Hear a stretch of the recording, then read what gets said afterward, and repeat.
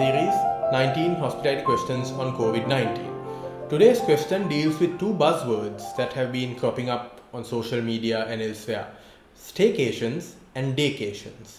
So, what are these staycations and daycations, Mr. Wahab? Do give us a bit of a explanation on them. Okay, firstly, let's look at the two cations, which means having to understand what do they have in common and how do they differ.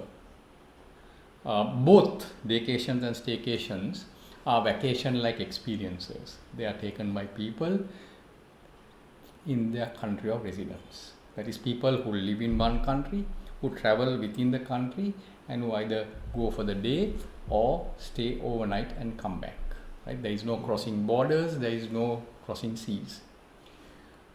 Daycations, often called as day outings in the local parlance, do not have any overnight stay. However, people can have access to a room with an early check-in and a late check-out, both happening in the same day. Vacations are like a mini escape, a short blast of relaxation without one having to go through the hassle of packing and planning a trip. Vacations are also lighter on the wallet, that is, they are a little less expensive. But when the time comes to leave, because of the limited time frame, people would get that feeling of an incomplete getaway. Now, staycations, on the other hand, are a little more expensive, but they include an overnight stay. So you can stay up late, go to bed late, sleep well and get up late, and have a leisurely, full or wholesome breakfast. Basically, a staycation gives you a full experience of a typical hotel stay. And more importantly, you don't have to be looking at your clock regularly when you're, for example, on a vacation. So the question is, why do people come on vacation, and what do they look for when they want to spend the whole day in the hotel? Most definitely, there must be an attractive F&B offers.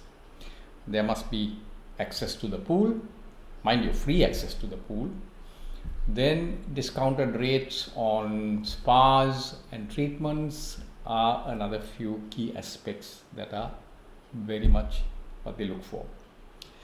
But overall, it must be a good deal where every customer must feel that they are getting value for money. Let's remember that vacations is not a one fit for all, right? It is not certainly a one size fit for all. Sorry, I must correct that. Hotels will therefore have to seriously consider what type of guests they want to attract. Do they want singles, couples, families, groups, or all types? To do that, they will also have to recognize what do they have that will appeal to each one of these types of customers. And that obviously means that hotels with limited facilities, with very little F&B offers, will suffer the most. Because when people go out on vacations, predominantly they are looking for rest and relaxation by either the pools or the beachside, and they want to have a very good meal with family and friends.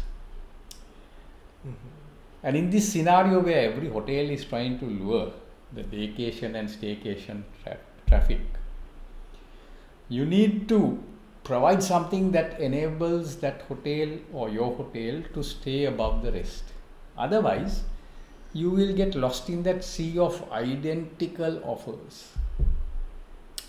Hotels therefore definitely have to be inventive and creative, not only to beat the pandemic, but to beat the competition. What do you do then? You think of various things like curated offers, maybe a get wet by the beach or pool package, or something different, a detox plan. Uh, you should have these various package offers that therefore not only serve different interests, but they can also cater to different budgets. So you don't have to be at the most extreme end of only wanting people who can afford a high rate. You can have a mix. It calls for a delicate balance of marketing here. Now, operating and going after people with only discounted rates can be dangerous. Good offers with a discounted rate is a good thing, but doing that alone might give you a lot of top line revenue, but in the process it may corrode your balance sheet badly, and that can spell disaster. Lastly, and this is not least but most important, you still got to continue with those health measures. They are very crucial, and they don't have to be abandoned or diluted merely because staycations don't stay overnight. Every guest will be looking keenly to see how you're taking care of their safety and health. So that about perhaps includes the most salient points in this question. Thank you. Thank you. There you have it. Daycations and staycations. All you need to know about them, as well as the considerations you need to bear in mind when pursuing them. So have you got a question for us? Reach us at hospitalitysrilanka.com is the email address. In the meantime, subscribe to our YouTube channel with the red subscribe button below this video. Follow and like and subscribe and share us as well across Facebook, LinkedIn and Instagram. You can also visit our website hospitalitysrilanka.com, which has over 400 interesting hospitality industry related articles. All those things are on the card that will come right after this video. So in the meantime, have a good day. Thank you. We'll see you again. Thank you.